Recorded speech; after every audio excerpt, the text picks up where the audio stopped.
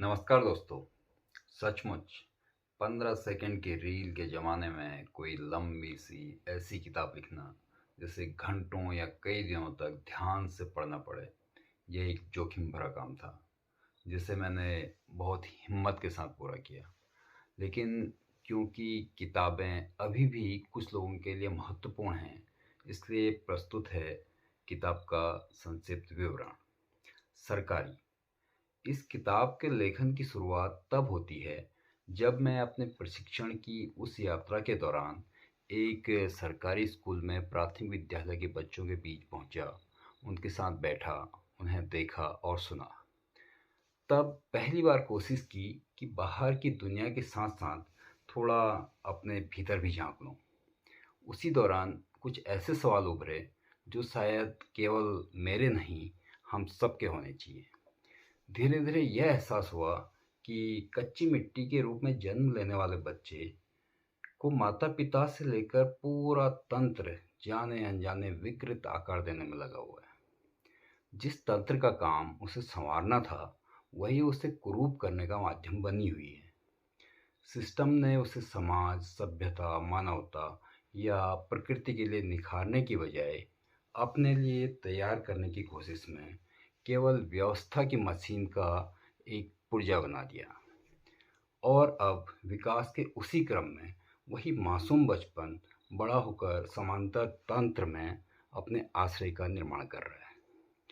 अर्थात कच्ची मिट्टी को व्यवस्था के सांचे में इस कदर ढाला जाता है कि अब वो खुद किसी भ्रष्ट इमारत की सबसे मजबूत ईंट बन जाती है। मेरे उन दिनों के अनुभवों ने मेरी कई तय धारणाओं को हिला दिया। उन्होंने मुझे मेरे ही अतीत में घसीटकर मेरी अपनी भूलों से सामना करवाया, दोष स्वीकार करवाए और अपराधी भी ठहराया। यह किताब एक बच्चे को केंद्र में रखकर कुछ असहज करने वाले लेकिन जरूरी सवाल उठाती है। जो बच्चे इस दुनिया में लाए जाते हैं, क्या उनकी पैदाइशें वास्तव में योजनागत होती हैं या दुर्घटनावश? यदि वो योजनागत हैं, तो कहीं वह योजना सिर्फ इतनी सी तो नहीं कि बच्चा अभी नहीं, शादी के 3 या 4 साल बाद? और उन 3-4 वर्षों के दौरान बनने वाले माता पिता क्या सचमुच बाल मनोविज्ञान को पढ़ने, पालन पोषण को समझने, स्वयं को तैयार करने और अपने व्यवहार को परिष्कृत करने की कोशिश करते हैं? या फिर वे वर्ष भी यूं ही बीत जाते हैं और अंततः उलझन, दबाव और अधूरी समझ के बीच पलने वाला एक और दुर्घटनाग्रस्त बच्चा इस दुनिया में आ जाता है? मेरे स्वयं के बच्चों के जन्म से पहले मुझे भी न तो बाल मनोविज्ञान की कोई जानकारी थी और न ही मेरे पास कोई विचारशील योजना थी, सिर्फ अज्ञानता थी।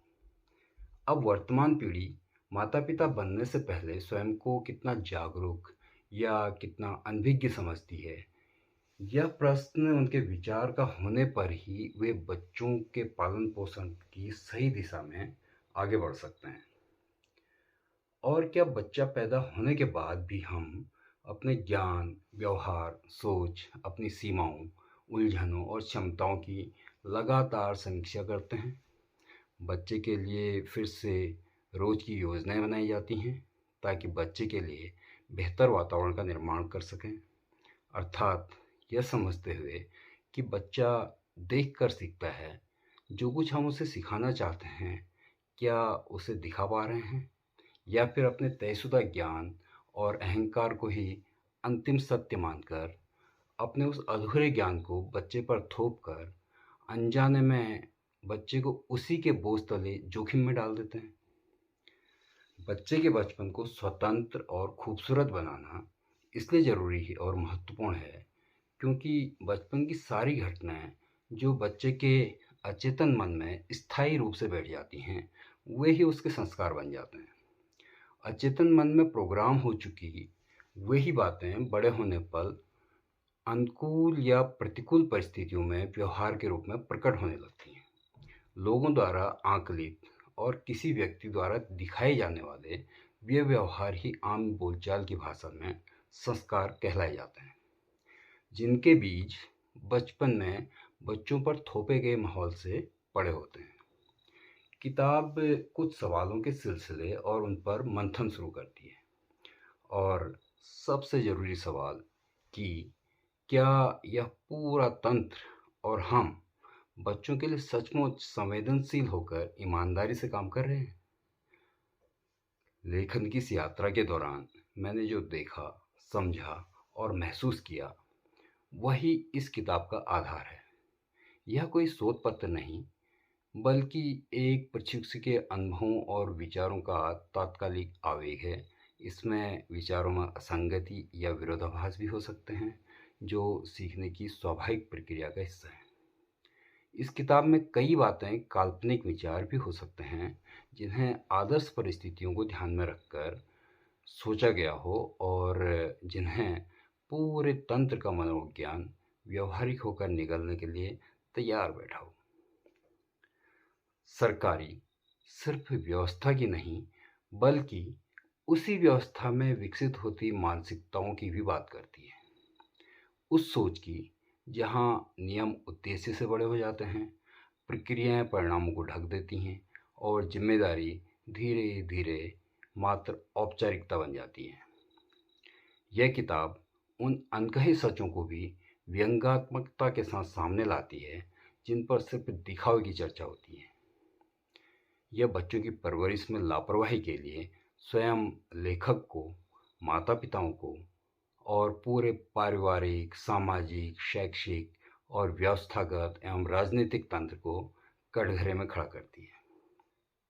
किताब की संरचना की बात करें तो इसे 2 खंडों में लिखा गया है। पहला खंड इंटर्नशिप के वास्तविक एवं रोचक अनुभवों की डायरी है और दूसरा खंड स्कूल की सीमाओं से बाहर निकलकर स्वयं तथा पूरे तंत्र को देखते हुए उपजे कुछ मौलिक विचार बच्चों पर, व्यवस्थाओं पर, समाज पर, राजनीति पर और स्वयं पर भी, जिसमें पूरे तंत्र के वर्तमान में चल रही भूमिकाओं को खंगालने का एक प्रयास किया गया है।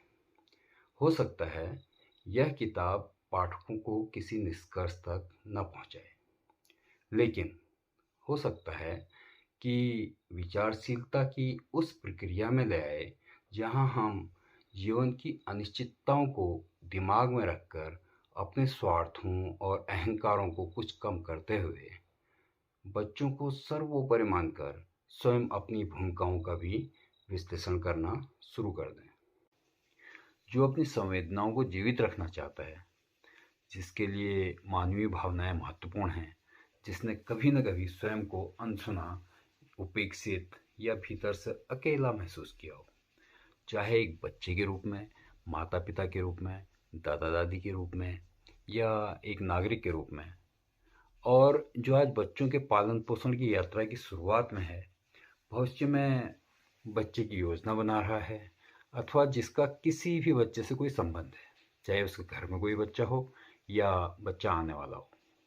यह किताब शायद उसे भीतर से बेचैन कर दे, और शायद यही इस किताब की सबसे ज़रूरी बात है। और हाँ, किताब का लिंक कमेंट बॉक्स में है। किताब अमेजन पर दिखेगी और वहीं मिलेगी, क्योंकि यह एक ई बुक है, इसलिए इसे पढ़ने के लिए आपको अलग से किंडल ऐप इंस्टॉल करनी पड़ेगी। किंडल को उसी आईडी से लॉगिन करना है जिससे आपने अमेजन को लॉगिन किया था। अब किताब आपको किंडल की लाइब्रेरी में दिखेगी, इसे वहाँ क्लिक करके आप पढ़ सकते हैं। क्योंकि पेरेंट्स के तौर पर हम कहाँ गलतियाँ करते हैं यह किताब से पता चलेगा, इसलिए आपके द्वारा पढ़े जाने पर किताब आपसे ज़्यादा आपके बच्चों के लिए फ़ायदेमंद होगी, यह मेरा विश्वास है।